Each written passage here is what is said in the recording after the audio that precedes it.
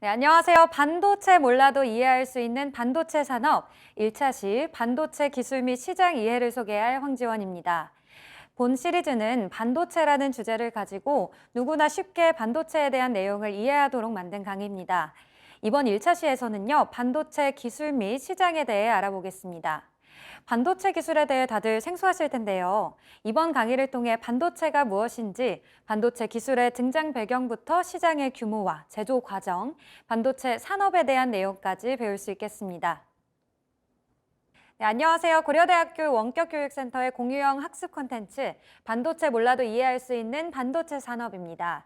네, 저는 진행을 맡은 아나운서 황재원입니다. 이번 강좌는 고려대학교 전기전자공학부의 신창원 교수님께서 맡아주시겠습니다. 네, 교수님 안녕하세요. 네, 안녕하세요. 반갑습니다. 저는 현재 고려대학교 전기전자공학부 재직하고 있고요. 반도체공학과에서도 반도체 관련된 수업 담당하고 있습니다. 오늘 강의에서는요, 반도체 몰라도 반도체 산업이 무엇이고 반도체 기술이 무엇인지에 대해서 가장 쉬운 단어들만 골라서 여러분들께 준비해서 강의해보고자 합니다. 네, 반도체 기술 및 시장 이해부터 시작할 텐데요. 이 이해를 하기 위해서 가장 기본적인 내용부터 간단히 이해를 해야 할 것 같습니다. 네, 교수님, 우선 반도체란 정확히 무엇이고 메모리 반도체와 시스템 반도체는 또 어떤 차이가 있나요? 네, 보통 반도체를 이해하려고 하면 가장 먼저 마음속에 떠오르는 질문이지 않을까라고 생각을 하는데요. 먼저 반도체란 전기가 잘 통하는 도체하고요. 그다음에 전기가 잘 통하지 않는 부도체의 중간 정도에 해당하는 성질을 가진 물질을 우리는 반도체라고 합니다. 백금이나 구리와 같은 금속 물질과 나무, 옷감과 같은 부도체, 이 둘과는 매우 다르게요. 실리콘 또는 원적에선 잘 나오는 게르마늄, 이런 물질들은요, 전기 전도율이요, 금속이나 부도체의 중간 정도 되는 값을 가지는 소재이거든요. 그래서 아마 이런 질문을 제가 드리면 당황하실 수도 있을 텐데요. 순수한 실리콘 반도체 재료는 전기가 반만 통하는 거 아닙니까? 조금 전에 실리콘은 반도체 재료라고 했으니까요. 근데 막상 측정을 해보고 연구를 해보면요, 거의 부도체에 가까운 특성을 가지고 있습니다. 하지만 빛이나요, 열 또는 특정한 불순물입니다. 즉 실리콘이 아닌 물질을 실리콘에 주입해서 넣어주게 되면요, 이 부도체스럽던 실리콘 소재가요, 드디어 도체처럼 동작을 할 수 있게 되는 겁니다. 그래서 어떨 때는 부도체, 어떨 때는 도체, 그래서 그 중간쯤인 반도체다라고 이해를 하는 것이 올바르고요. 음식에 빗대어서 설명을 하자면요, 소금과 또 우리 적당한 마법의 가루인 MSG들이 있잖아요. 이런 것들을 뿌리면요, 같은 스테이크 덩어리지만 소금 간을 잘하고 다른 후춧가루나 다른 물질들을 잘 이렇게 적당하게 발라준 소고기 경우에는 훨씬 맛이 좋아지죠. 똑같습니다. 실리콘 소재 역시 실리콘만 가지고는 우리 일상생활을 뒤덮고 있는 다양한 메모리 반도체, 시스템 반도체 만들 수 없습니다. 하지만 거기에 새로운 물질을 투입함으로써 우리가 흔히 볼 수 있는 메모리 반도체, 시스템 반도체 칩들을 우리가 사용할 수 있는 기회가 열립니다. 그래서 정리하면 메모리 반도체, 시스템 반도체, 이 칩을 제조하는 가장 기본이 되는 소재, 실리콘입니다. 네. 그러면 구리처럼 전기가 잘 통하는 도체와 또 전기가 통하지 않는 부도체 성질을 동시에 가지고 있는 반만 도체인 소재를 반도체라고 이해하면 되겠네요. 네, 이번에는 반도체 종류를 또 구분해서 어떤 반도체들이 있는지 궁금합니다. 네, 반도체 종류에 대해서 질문을 주셨는데요. 반도체는 크게 조금 전 설명드린 대로 메모리 반도체와 메모리가 아닌 시스템 반도체로 크게 둘로 나누어집니다. 이 데이터를 저장하는 목적으로 개발 그리고 사용되고 있는 메모리 반도체는 크게 D램, S램, 낸드 플래시 메모리, M램, 그다음에 P램, 이런 여러 가지 용어들이 등장하는데요. 이런 형태들로 크게 메모리 제품군들이 현재 형성되어 있습니다. 또 한편에서는요, 이러한 데이터를 연산하고 제어하는 목적으로 개발되고 사용되어지고 있는 시스템 반도체가 있고요. 크게는 로직 연산용입니다. 직접 회로 칩들이 있고요. 그 속을 들여다보면 CPU, GPU, 그다음에 핸드폰에 들어가는 애플리케이션 프로세서라고 하는 AP, 그다음에 특정한 주문자가 특정한 목적으로 설계한 ASIC이라고 하는 칩들, 이런 것들이 있고요. 그 이외에는 다오라고 보통 불리는데요. 디스크리트, 아날로그, 옵토를 줄여서 다오 반도체 제품들도 있습니다. 네. 네. 교수님께서 반도체를 사용 목적에 따라 크게 메모리 반도체, 시스템 반도체 이렇게 나눌 수 있다고 해주셨는데요. 이번에는 반도체 제품별로 시장 규모는 또 어느 정도인지 궁금합니다. 반도체를 전공하고자 하는 예비 대학생이나 또 전공을 하고 있는 학생들이나 또 반도체 산업에 관심이 많은 투자자나 일반 시청자들 분들이 모두 이 반도체 산업 규모에 대해서 굉장히 궁금해하실 것 같아요. 네. 산업 제품에 대한 이해를 넘어서서 그 다음 얘기는 자연스럽게 이 제품들이 어디에서 어떻게 팔려 나가는지 그 시장 장터가 어떤 형태로 구성되어 있는지 궁금해할 것 같아요. 아마 지금 화면에서 제공되고 있는 그림을 보실 수 있을 텐데요. 로직이라고 하는 시스템 반도체는 디지털 데이터를 처리하는 목적으로 만들어진 프로세서들이 대부분이고요. 대표적으로 이제 이런 이 프로세서들을 더 기술적으로 고도화하기 위해서요. 주로 택하는 기술 방법들은 트랜지스터라고 하는 그 껐다 켰다 하는 가장 작은 부품이 있습니다. 그 부품을 얼마나 작게 만들 수 있을까? 이것이 로직 시스템 반도체 칩 기술의 핵심 사안이 될 것이고요. 또 하나의 마켓을 구성하는 축은 메모리 반도체 시장입니다. 디지털 데이터를 저장 그리고 검색하는 메모리, 스토리지 이런 것들이 이제 가장 대표적인 상품들이고요. 최첨단 공정 기술력을 확보하는 것이 이 메모리 반도체 시장의 경쟁력 확보에 가장 중요하다라고 볼 수 있습니다. 최근에는 이런 데이터가 폭발적으로 늘고 있어서요. 우리가 흔히 사용하는 다양한 인스타부터 해서 카카오톡 여러 가지 메신저 서비스부터 해서 안 쓰는 것들이 없잖아요. 다 데이터를 개인들이 지금 만들어내고 있는데요. 이런 데이터의 폭발적인 증가와 함께 메모리 반도체의 중요성이 점점 커지고 있다라고 보시면 되고 향후 메모리 반도체 마켓의 규모는 점점 확대될 예정인 것 같습니다. 그 외에는 이제 아날로그 마켓이 있는데요. 센서나 방송기기 등에서 나오는 아날로그 데이터를 처리하는 반도체 디바이스들이라고 이해하면 되고요. 첨단 공정 기술이 이렇게 필요한 영역은 아닙니다. 마지막으로 OSD라고 하는 로직 메모리 아날로그와는 또 다른 영역인데요. 주로 반도체 첨단 공정 기술이 여전히 필요하지 않는 영역이라서요. 대한민국에서는 최첨단, 최선단, 최고의 반도체 기술력 위주로 이렇게 메모리 반도체 회사들이 영업을 하고 있다 보니까요. 아마 이런 마켓에 대해서는 크게 많이 알려지지는 않은 것 같습니다. 그래서 이런 전체 반도체 시장 규모 지금 설명을 몇 가지 크게 4가지로 나누어서 설명드렸는데요. 사실 지난 수십 년간 지속적으로 이 반도체 마켓은 기하급수적으로 성장해 왔어요. 그래서 이를 연도별로 한번 보면 메모리 반도체, 시스템 반도체가 차지하는 비중은 매년 그 비중은 달라지고 있는 게 사실이에요. 네. 그래서 2020년 기준으로 시장 규모 자료를 한번 보시면 아마 자료에 지금 나오고 있을 텐데요. 2020년 반도체 시장 규모는 466억 불에 해당이 되었고요. 대략 한 500조 원 정도에 해당하는 시장이고요. 이 중에 메모리 반도체 시장의 규모가 125빌리언 달러 정도 되어서요. 전체 반도체 시장 규모의 한 4분의 1 정도를 점유하였었습니다. 여기서 특이할 점 하나는요. 우리가 흔히 알고 있는 인텔, AMD, CPU 시장의 규모하고 우리가 흔히 쓰는 D램 메모리 반도체 시장의 규모가 2020년 기준으로 같아졌다라는 겁니다. 그만큼 메모리 반도체 시장은 현재 역동적으로 성장하고 있고요. 이런 점이 시사하는 바는 향후 인공지능, 빅데이터, 클라우드 서비스 등등을 필두로 2020년대 한 10여 년간은 디지털 트랜스포메이션이 우리의 세상을 아마 이렇게 갈아엎고 전환하는 시대가 열릴 것 같습니다. 그런 시대에 대규모의 데이터 저장 장치에 대한 수요가 폭증할 거라는 건 너무나 당연한 얘기고, 그래서 메모리 반도체 산업의 특성상 시장, 그다음에 호황기, 불황기가 비록 있긴 있습니다. 어떤 해에는 굉장히 메모리 반도체 회사들이 영업이익을 많이 낼 때가 있고, 어떤 해에는 적자가 심지어 나는 경우도 있는데요. 업다운은 극심하지만 긴 시간을 펼쳐놓고 본다면 중장기적으로 메모리 반도체 시장 성장할 것이고, 동시에 그 전체 반도체 시장의 규모도 지속적으로 성장하게 될 겁니다. 네, 주요 이벤트별로 한번 메모리 반도체 시장의 업과 다운이 어떻게 되었는지 살펴보도록 하겠습니다. 자, 그림에 보시듯이요. 1990년에 글로벌 PC 판매량이 급증하는 시절이 있었습니다. 즉 PC 시대가, 개인 PC 시대가 열린 것이고요.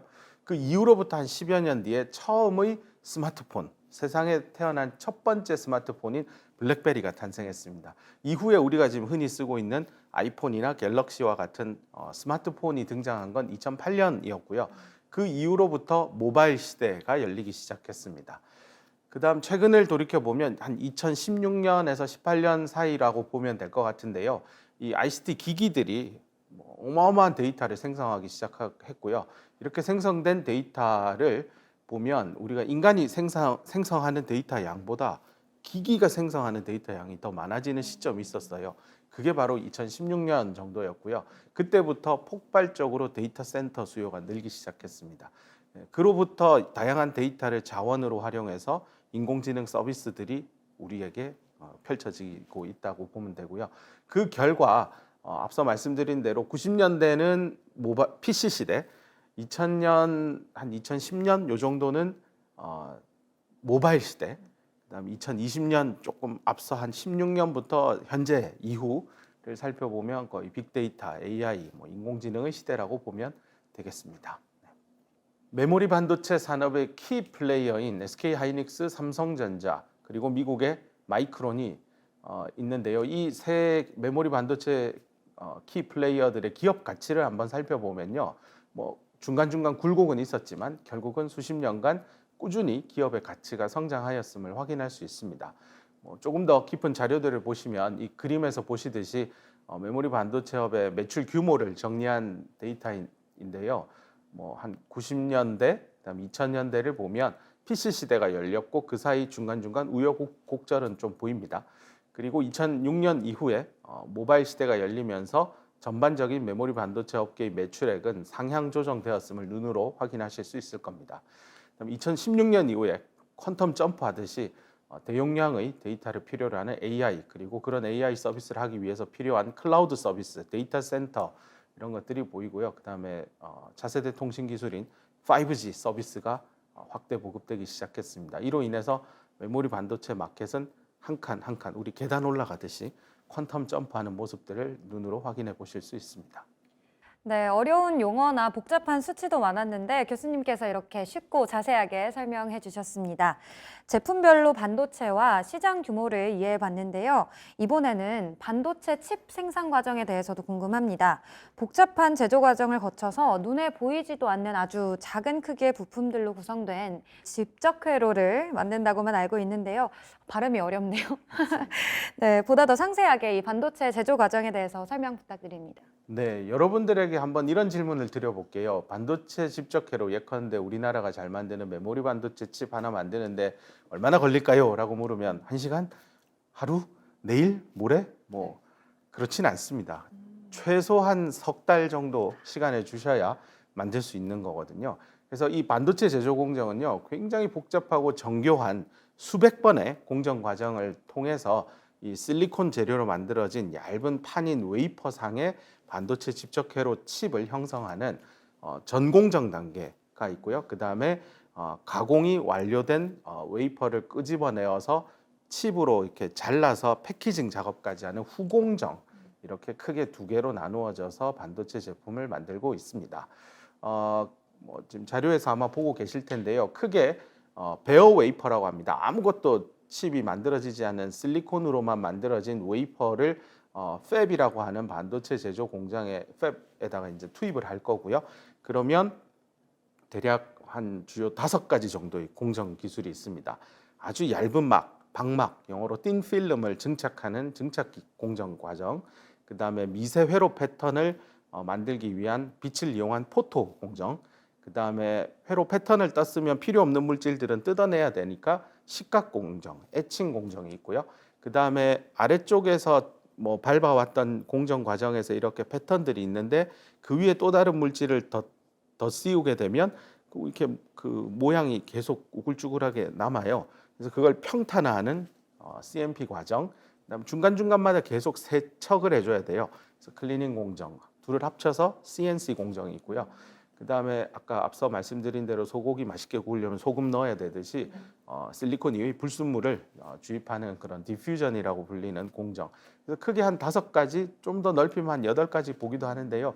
이런 주요 공정 기술들이 이용하면 대략 한 500에서 600단계 정도 해서 100일 정도 반도체 공장 안에서 웨이퍼가 여기저기 돌아다니면서 공정 과정을 경험하고 나면 드디어 완성된 칩이 웨이퍼 위에 나오고요. 네. 이 웨이퍼를 그대로 팔 수는 없어요. 다시 웨이퍼를 자르는 과정이 이제 시작되고요. 그게 백엔드 공정 혹은 후공정이라고 하고요. 그래서 이걸 이제 제품이 되어도 괜찮은지 확인을 해야 되니까요. 웨이퍼 레벨에서 한번 테스트를 하고요. 그 다음에 잘라서 패키징을 하고, 그다음 패키징해서도 이게 제품으로 만든 게 정말 이거 괜찮은지 확인하는 마지막 패키징 테스트까지 끝내면 드디어 고객에게 이 메모리 반도체 칩이 전달됩니다. 근데 후공정은 한 열흘 정도 걸리고요. 네. 전공정은 한 100일 정도 걸리니까 넉넉하게 뭐 한 넉 달 봐도 되고요. 좀 빠르게 공정하면 한 석 달 만에 제품을 만들어낼 수 있다. 이렇게 이해하면 되겠습니다. 네, 엄청난 과정들을 거쳤는데 이 칩 제조 공정은 크게 전공정과 후공정으로 나눌 수 있고 대략 3개월 정도 맞나요? 네, 정도의 생산 시간이 소요되는 걸로 이해했습니다. 그러면 이러한 반도체 칩은 회사가 직접 설계부터 제조, 생산, 판매까지 다 하는 건가요? 이 반도체 산업의 밸류 체인이 좀 어떻게 형성되어 있는지도 궁금한데요. 네, 앞서 설명드린 대로 복잡한 500에서 600단계의 제조 과정을 거쳐서 만들어지는 이 반도체 칩, 반도체 제품들은요, 팹리스, 파운드리 또는 IDM 뭐 등등 이런 밸류 체인 상에서 칩들이 개발 및 생산되고 있습니다. 아마 그 자료 화면을 보시면서 설명을 하면 좋을 것 같은데요. 칩 설계만 전문으로 수행하는 기업이 있습니다. 그러다 보니까 제조 공정 시설인 팹이 없죠. 그래서 팹이 없다, 팹리스 회사라고 하고요.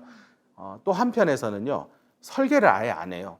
설계는 하지 않고 설계된 칩만을 전문적으로 생산하는 파운드리라고 하는 반도체 회사들도 있습니다.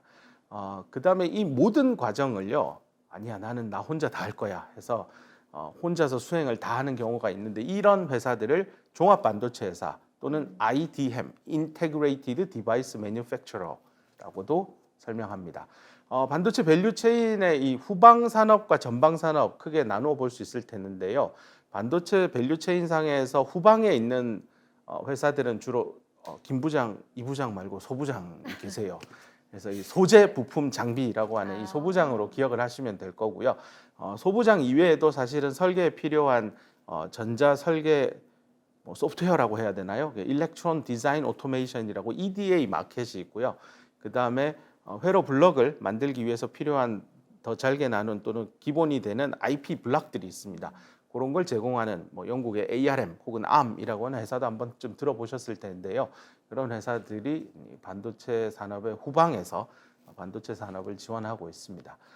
또 한편에서 이렇게 앞쪽을 쳐다보면 전방 산업은 주로 이제 이런 반도체 칩을 주로 활용하는 모바일, 뭐 스마트폰을 제조하는 회사들, 뭐 중국의 오보, 비포, 샤오미도 있을 거고, 뭐 우리나라의 삼성전자의 그 스마트폰 사업부도 그런 일을 하고요. 뭐 여러분 좋아하는 애플, 아이폰 이것도 모바일 반도체 밸류 체인 상에서는 전방 산업에 해당이 되고요. 그 외에는 뭐 우리 엔비디아에서 만드는 GPU 칩들 그런 것도 뭐 전방 산업이다라고 봐도 될 것 같고요. 자동차에 쓰이는 다양한 뭐 컨트롤러 이런 전자 제어 구동 장치들도 반도체 밸류 체인 상에서는 전방 산업에 해당이 됩니다. 지금 자료 화면을 계속 보시면 아시겠지만 설계, 제조 공정, 패키징, 판매 이렇게 크게 네 덩어리가 있는데 이걸 다 하는 기업이 좀 전에 말씀드린 IDM이고요. 뭐 우리나라의 SK하이닉스, 삼성전자, 미국의 뭐 마이크론, 인텔 이런 곳이 대표적인 IDM 기업이고요. 그다음에 퀄컴이나 엔비디아와 같이 칩 설계만 전문으로 하는 회사는 팹리스, 그다음에 대만의 TSMC, 삼성전자의 파운드리 사업부는 이제 대표적인 파운드리 서비스를 하는 업을 가진 회사고요. 그다음 오사트라고 하는데요. 아웃소스드 어셈블리 테스트. 중국 이게 레이버 인텐시브한 노동 집약적인 사업 영역이다 보니까요. 중국에 여러 우수 업체들이 있습니다. 마지막으로 이제 세일즈라고 표현된 부분은요. 퀄컴이나 엔비디아 같이 칩 설계를 해서 TSMC나 삼성의 칩을 맡겨서 얻은 다음에 중국 회사에 보내서 패키징하고 자기들이 완성된 칩을 받아서 판매는 또 자기들이 직접 합니다. 그래서 우리가 보면 뭐 갤럭시 폰 D를 열어볼 일이 혹시라도 있으면 열어보면 스냅드래곤이라고 하는 퀄컴의 칩이 있는데 그거 퀄컴에서 설계는 했지만 만든 건 삼성 아니면 TSMC 기업일 겁니다.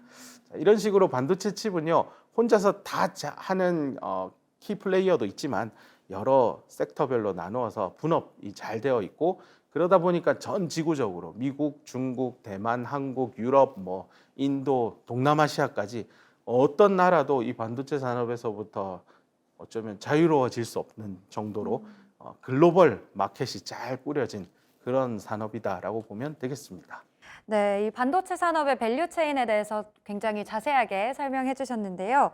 이 어떤 기업들이 또 어떤 세부 영역을 담당을 하면서 사업을 진행하고 있는지도 궁금합니다.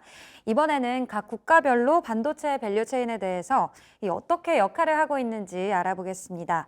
사실 미중 간의 반도체 산업을 중심으로 일어나고 있는 패권 경쟁 있잖아요.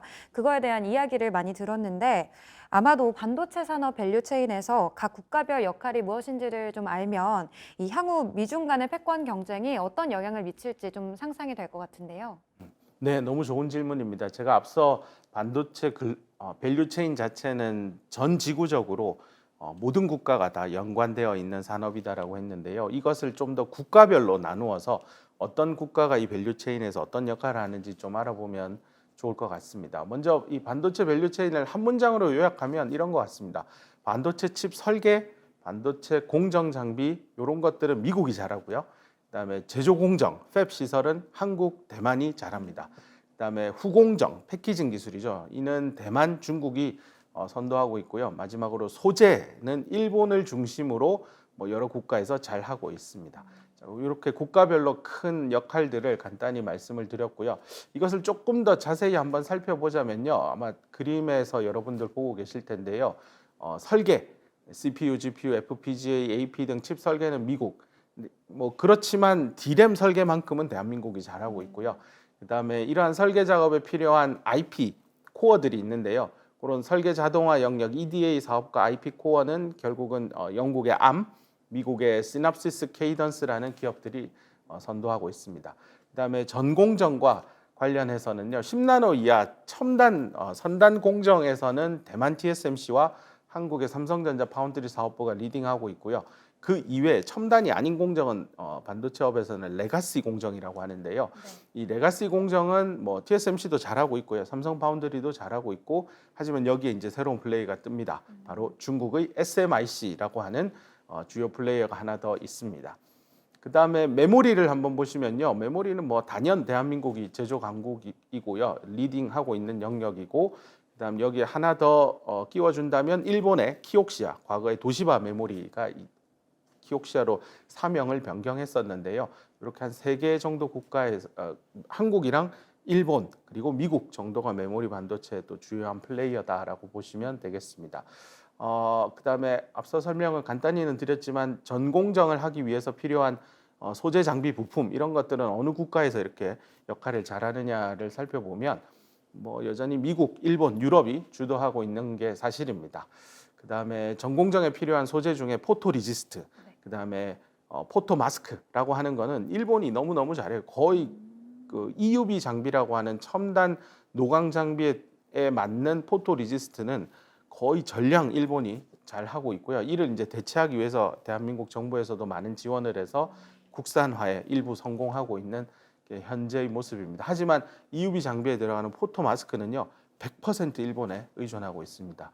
뭐 향후에라도 지정학적 리스크가 한일 간의 어떤 관계나 일본과 또 다른 제3국 간의 관계가 비틀어질 때 이런 EUV에 활용되는 포토 마스크가 어떤 하나의 발화점이 될 수도 있는 소재다라고 생각해 주셔도 되겠습니다. 아마 장표를 보시면 여러 가지 국가들의 국기들을 지금 한눈에 보실 수 있을 텐데요.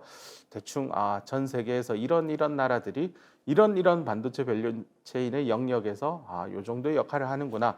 대한민국 국기가 어디에 얼마나 박혀 있는지도 보시고 일본 국기는 어디 있고 대만 국기는 어디 있고 미국 국기는 어디인지 보면 전체 밸류체인에서 주요 국가별로 역할이 어떤지 한눈에 확인할 수 있을 겁니다. 네, 확실히 한국도 정말 반도체 강국이고 굉장히 다양한 국가들이 반도체 산업에 참여하고 있는데요. 그러다 보니까 특정 국가나 지역에서 촉발된 지정학적 리스크가 있을 텐데 이게 반도체 산업 전체에 큰 영향을 줄 수 있겠다는 생각도 듭니다. 교수님, 이번에는 좀 더 어려운 내용을 한번 알아보고 싶은데요. 반도체 기술의 발전은 어떻게 되어 왔는지 설명해 주실 수 있나요? 네. 반도체 기술에 대한 얘기를 사실은 이번 강의에 처음에 꺼낼까라고 고민했는데요. 그랬다가는 아마 보시다가 다 시청자들이 그만 봐야지 할 것 같아서요. 어렵습니다. 가장 마지막에 한번 다뤄보려고 합니다. 이 반도체 기술의 등장은요. 1947년 아마 그림을 통해서 확인하고 있을 텐데요. 시청자분들께서 벨랩에서 샤클리가 처음으로 트랜지스터라고 하는 이 최초의 반도체 집적회로의 부품 소자를 개발을 했고요. 그다음 1958년에 잭 킬비 박사님께서 집적회로라는 개념을 처음으로 선보였고 이걸 업적으로 노벨 물리학상도 수상을 하셨습니다. 그다음 우리가 지금 1960년 이후로 현재 사용하고 있는 반도체 집적회로를 구성하는 가장 작은 부품인 이 MOSFET라고 하는데요. MOSFET 이런 트랜지스터는 자랑스럽게도 대한민국 우리 국적을 가지셨던 강대원 박사님께서 발명하셔서 지금의 우리 대부분의 전자기기에 이 모스펫을 기반으로 한 반도체 칩들이 다 만들어지고 있습니다. 아마 살아계셨으면 노벨 물리학상을 받지 않으셨을까 하고 내심 상상해 볼 수 있을 것 같습니다. 자, 그다음에 CPU와 메모리로 나누어져서 반도체 기술은 쭉 분화 발전해 왔고요. D램 같은 경우는 IBM의 더날드라고 하는 박사님께서 발명해 하셨고요. 낸드 플래시 메모리는 지금 키옥시아, 과거 도시바 메모리에서 최초로 발명을 했습니다. 그래서 지난 한 5, 60년 정도를 뒤를 돌아보면요. 한 2년 정도를 주기로요. 반도체 집적회로에 들어가는 MOSFET라고 하는 부품 소자의 개수가 2배씩 늘어왔습니다. 그래서 우리 수학 시간에 공부한 대로 2의 X승 형태로 해서 X가 1, 2, 3 올리면 전체 값은 2, 4, 6, 8, 10 이렇게 안 가고 2, 4, 8, 16, 32, 64, 128, 512 뭐 이렇게 기하급수적인 성장을 해왔습니다.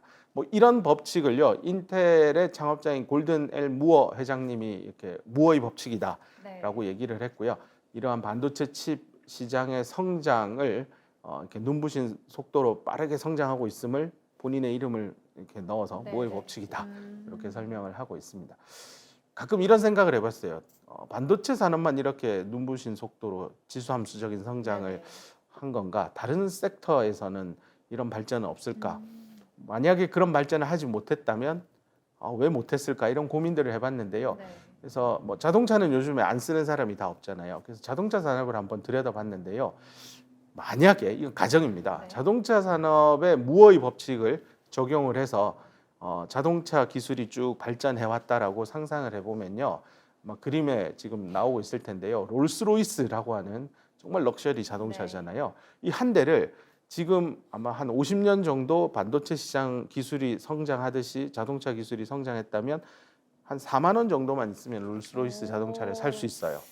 엄청나게 가격을 다운할 수 있었을 거고요. 연비도 중요하잖아요.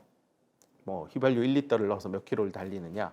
이 연비 같은 경우도 반도체 기술 개발하듯이 자동차 기술, 엔진 기술이 좋아졌다면 1리터 주유하면 지구 2바퀴를 돌 수 있는 수준의 연비가 구현이 되었을 거다라고 지금 상상해 볼 수 있습니다. 그다음 또 자동차 하면 또 이렇게 빨리 달리고 싶은 욕구도 생기잖아요. 최고 속도를 한번 봤는데 최근에 뭐 아주 멋진 자동차들 속도를 봐도 시속 1000km/h는 본 적 없을 거예요. 그건 거의 비행기 속도니까요. 근데 이 반도체 기술이 성장하듯이 자동차 기술도 성장했다면 현재 그 자동차 최고 속도는 무려 390만 km/h에 다 다를 것이다라고 예상이 됩니다. 정리해 보면 그죠? 4만 원짜리 자동차를 기름 1리터만 넣으면 지구 2바퀴를 돌고 최고 속도는 390만 km/h니까요. 이런 발전을 반도체 산업은 해왔고요. 자동차는 그러지 못했던 그렇게 이해를 하시면 될 것 같습니다. 자, 그래서 실제 이런 자동차 가격, 연비, 최고 속도가 그렇지 않다는 건 시청자 여러분이 이미 체감하고 계실 거고요. 하지만 반도체 산업만큼은 이런 기하급수적인 성장과 기술 혁신을 실제로 지난 50년 동안 성공해 온 게 사실입니다. 네, 사실 이 자동차 산업 예시를 들어주셨는데 정말 상상도 안 될 일이잖아요. 그만큼 반도체 산업이 정말 기하급수적으로 성장했다 이렇게 알 수 있을 것 같습니다. 네, 무어의 법칙에 따라 반도체 집적 회로 내에 집적되는 반도체 부품 소자의 수가 또 지속 함수적으로 증가했다고 하셨는데 이러한 기술 성공을 위해서 구체적으로 어떤 기술 혁신이 있었나요? 네, 그 무어의 법칙에 대해서 앞서 설명을 드렸는데요. 아마 이 기술에 대한 상세한 얘기들은 뒤따르는 강의에서 메모리 반도체, 시스템 반도체로 나누어서 조금 더 자세히 시청자 여러분께 전달해 드릴 기회가 있을 것 같습니다. 자, 이번에는 메모리 반도체 강의는 이제 곧 뒤따를 테니까요. 시스템 반도체 칩에 들어가는 반도체 부품 소자인 모스 FET에 대해서 간단히 한번 설명을 해 보겠습니다. 아마 여러분 화면을 통해서 그림을 보고 계실 텐데요. 너무 오래전 기술을 다 설명하려면 시간이 많이 걸리니까요. 2000년대에 들어서서 양산에 성공한 90나노 반도체 기술, 2003년에 양산이 됐고요. 그 다음 2년 뒤인 65나노, 그 다음에 또 2년이 지나서 45나노, 이렇게 해서 쭉쭉쭉 발전해 왔고요. 핵심적인 사안들은 실리콘 원자와 원자 사이 거리를 늘리거나 줄이는 스트레스를 가하는 공정 기술들이 개발이 되었고요. 또 하나는 실리콘 다이옥사이드라고 하는 유리창에 있는 그 소재예요. 그것 대신에 해프늄 다이옥사이드라는 신물질을 도입해서 한번 기술 혁신을 했고요. 최근에 일어난 가장 큰 돋보이는 기술 혁신은 2차원 구조를 가진 반도체 소자를 3차원 구조를 가진 반도체 소자로 변형했다는 점. 그래서 최근에 아마 언론에 나오는 기사들을 보면 3차원 반도체 소자, 3차원 구조를 가진 뭐 물고기 지느러미 모양을 닮은 핀 FET, 그다음에 뭐 멀티플 브릿지 채널에서 MBC FET, 뭐 이런 형태의 용어들이 여기저기서 떠다니는 것들을 보실 수 있을 겁니다. 자, 뭐 이런 식으로 스트레스 엔지니어링, 하이케이 메탈 게이트, 뭐 3차원 반도체 소자 구조, 이런 굵직굵직한 기술 혁신들을 통해서 CPU나 GPU에 들어가는 가장 작은 단위인 모스펫의 성능이 기하급수적으로 쭉 여전히 ING입니다. 계속 성장하고 있습니다. 네, 설명 감사합니다. 네, 오늘 강의는요, 정말 이 반도체를 반도체 모르고 시작했는데 이렇게 교수님 강의를 듣고 나니까 이제야 좀 이해가 되는 것 같습니다. 반도체가 무엇인지부터 시작해서 반도체 제품별 분류, 시장 규모, 제조 공정 과정, 그리고 반도체 산업의 글로벌 밸류체인, 그리고 가장 중요한 반도체 기술의 등장과 개발 역사, 기술 혁신 등을 모두 알 수 있었습니다. 다음 시간에 계속해서 이 교수님과 말씀 나누면서 이 반도체에 대한 더 자세한 이야기 나눠봤으면 합니다. 반도체 모르고 시작한 강의인데 이렇게 벌써 반은 채운 것 같죠? 시청자 여러분, 계속해서 다음 강의도 많은 관심과 응원 부탁드립니다. 감사합니다. 감사합니다.